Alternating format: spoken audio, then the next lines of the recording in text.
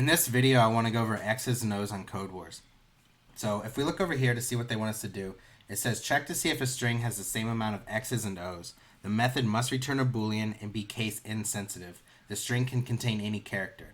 So if we look over here at the examples they provide us, they want us to create a function called XO that takes in an arbitrary input value. And what they want us to do is to return a Boolean, true or false, depending on the occurrences of X's and Ohs. So in this case, X occurs twice, O occurs twice. That's true because they occur the same amount of times. X occurs 3 times in this string, and O occurs twice, so they want us to return false. So let's get over here to creating this function. What we're going to do is we're going to first take this string right here and turn it into an array, because arrays have certain functions that strings don't that I want to use, and that's really the only reason I'm doing it. So string.split. This string is now an array, and we're going to create a helper function called count. So let me just type this out real quick. Return count. We haven't created it yet. We will, so just bear with me. It's going to take in 2 parameters, the string array and the character to be counted, so X, and then is equal to count. It's going to take in the same string array, and in this case we're going to count O. So this function count is going to count the number of O's, and this function count is going to count the number of X's, and then we're going to check to see if the frequency is the same, and it's going to return true or false depending. Okay, so let's create that count helper function. So we're going to say function count. It's going to take in 2 input values, the string array and the letter to be counted.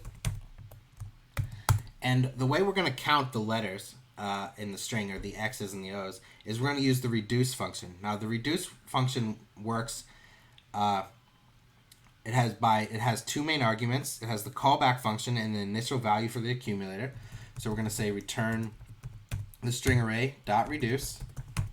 It's going to take in 2 input values, like I said. So we're going to create the callback function and the initial value for the accumulator, which is 0. Now this callback function is going to be invoked for each element in the array, and it has 2 parameters. The first parameter is the accumulator, and the second parameter is the current element being processed. So we're just going to say value. Now, after processing all the elements in the array, the reduce function returns the final value of the accumulator. So we're going to, at the very end, this accumulator is going to hold the count of whatever letter is. And we have to write the logic for that in this callback function. So we're just going to say this callback function is going to return value dot to lowercase.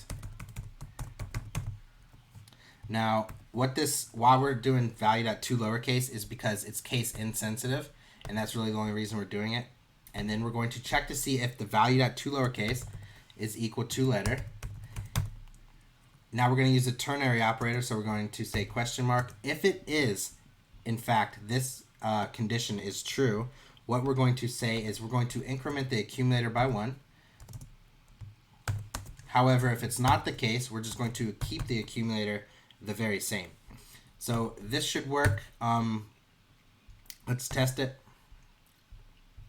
It passed, so let's attempt it. And yeah, that was X's and Ohs on Codewars. I hope that you found this video valuable. If you did, I would appreciate if you liked, commented, and subscribed.